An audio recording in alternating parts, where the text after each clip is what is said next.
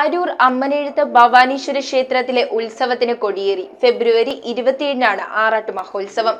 തന്ത്രി പറവൂർ രാജേഷിന്റെ മുഖ്യ കാർമ്മികത്വത്തിൽ സുരേഷ് തന്ത്രിയാണ് കൊടിയേറ്റിയത്.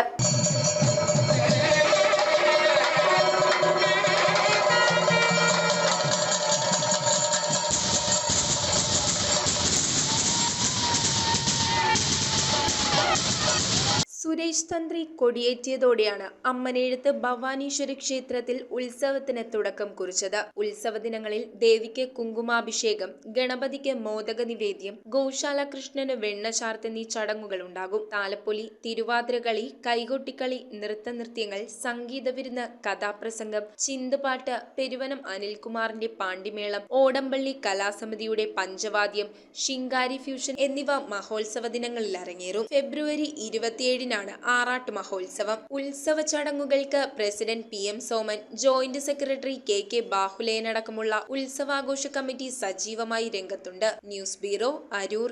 മിഴിവുള്ള സ്ഫടിക തുല്യമായ കാഴ്ചകൾക്ക് അയ്യാൻ ലെൻസ് തോപ്പുംപടി. കൃത്യതയോടെയും ഗ്യാരണ്ടിയോടും കൂടിയ നേത്ര പരിശോധന. നേത്ര സംരക്ഷണ രംഗത്തെ 3 പതിറ്റാണ്ട് കാലത്തെ പാരമ്പര്യം. അയ്യാൻ ലെൻസ്, കണ്ണുകൾക്ക് തുണയായി എന്നും നിങ്ങളോടൊപ്പം.